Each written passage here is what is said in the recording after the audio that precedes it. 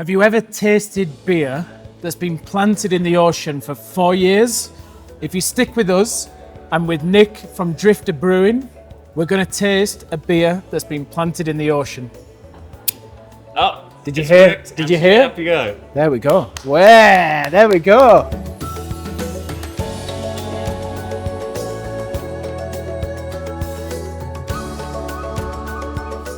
Nick. Super excited to taste this. This is officially the first tasting. This is our third edition of our Ocean Age Triple. Like I said, we've been doing this for multiple years, since 2016, but this one is super premium because these bottles have been underwater off the southern tip of Africa, for 4 years now, aging underwater on the Atlantic seabed for 4 years. Let's taste it. Let's go.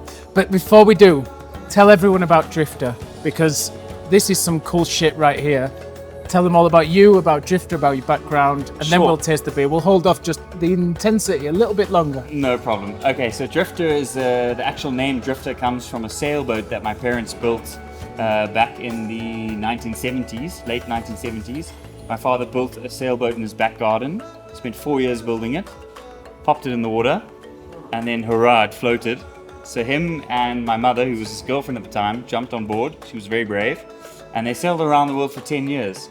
And they had crazy adventures and stories. And so we decided to start a brewery and name it after that crazy adventure. Hence the ocean theme. And we're the only ones in the world that aging beer underwater. So there it is. There it is. So exclusive. We decided earlier, self-appointed, but this is the beer, or the deepest beer brewing, aging in the world. Self-appointed. The lowest altitude beer in the world. Lowest altitude beer in the world. There we go. 40 This meters from the below expert. seabed. Exactly. Right. We're going to open it because we've got to try it. So, how do we open these things? Tell us about the process, because it's got wax lids on there and. So first of all, let's talk about the style. Yep. So to age a beer for this amount of time, it needs to be a strong alcohol beer, something specific. So traditionally, people will be aging beer in barrels, like ex-bourbon barrels or something. We've gone quite simplistic with the approach, and we've made a Belgian style triple, which is a beautiful style to age. And we put it in a champagne bottle, 750 mils, and we've sealed it with a special closure called a Zork from Germany. So it's got these little teeth that suck it on, and then we've wax sealed over the Zork. And as you can see, they've seemed to have standed the test of times. Yeah. And what's quite unique about this project is that every single bottle is its own piece of artwork. No two bottles of it are alike. Some of them have a lot of shells, some of them have fewer different places and things like that.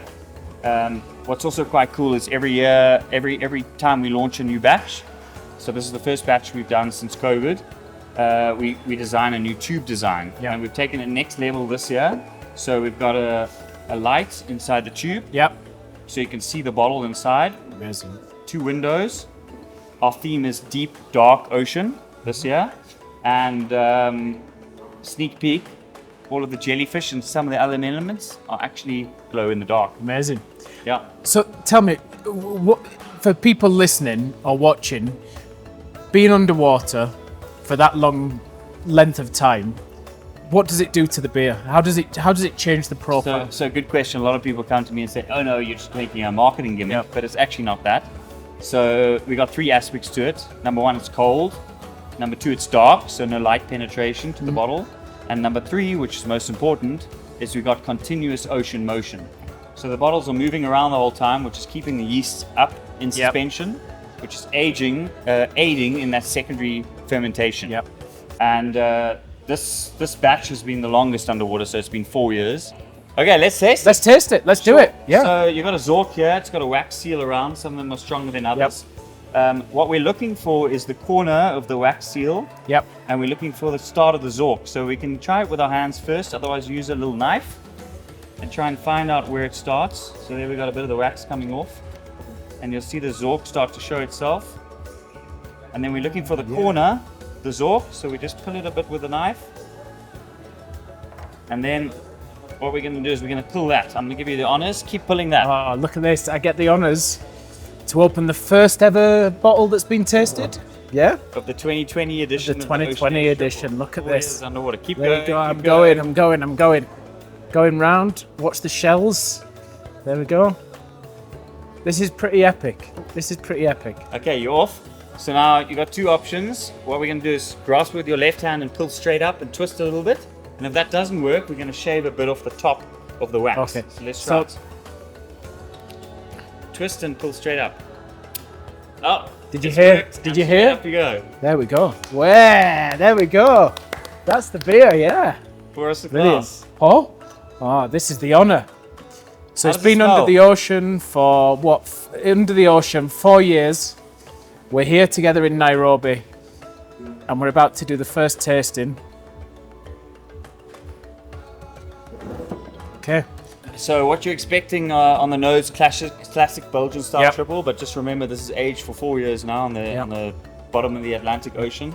So a lot of those banana cloves and esters and sort of those more harsh aromas would have now dissipated and become a little bit smoother. So that's what you're getting on the nose. Yeah.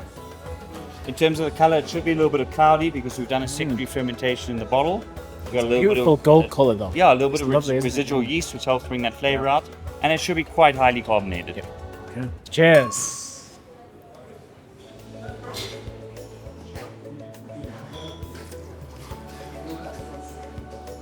What is the first thing that comes to mind? Richness. It has this like real richness to it that's just the flavour. It's like honey. There we go. It's like a real deep honey. Yeah, Am I right? for sure. Yes. Palate's still there. And it should be Nice. quite smooth and subtle on the Yeah, palate. yeah. And again, remember you're drinking a 12% alcohol beer, so it's quite smooth for what it is. Yep. But usually when you're tasting Belgian beers, especially the higher volume stuff, it can be quite harsh. It can be really thick. And you almost feel like you're eating a meal more than you are drinking beer. This is just so subtle. The honey flavour comes through. It's quite sweet. Yeah, and It's a real little nice. bit of those banana esters and Yeah. flavors coming on the end there. And so that's what we're aiming for, the long-term aging. And the So- secondary fermentation in the bottle. We are now going to go drink the rest of this bottle. But if people want to get their hands on this, because honestly, it is delicious and it's truly unique, how are they going to get their hands on it? Follow Drifter Brewing on Instagram and Facebook, and we'll let you know where distributors are near you. We're currently hunting for some distributors in Europe and UK. Yep. And a lot of these bottles, to be honest, half of it goes to China. China's a big market for us. And we're hunting for new distribution in the US. So it'll be coming to a high-end bottle store near you, or possibly online. Perfect. So with Drifter Brewing, we're going to put it in the description with a link. Come and get this, and if not this, some of the other beers. But we're about to work on an exciting project here in Nairobi as well, on something special, which is going to be cool. You're going to see more of Nick on our channel for sure over the next few months. We're off to go enjoy it. So cheers. Cheers. Cheers.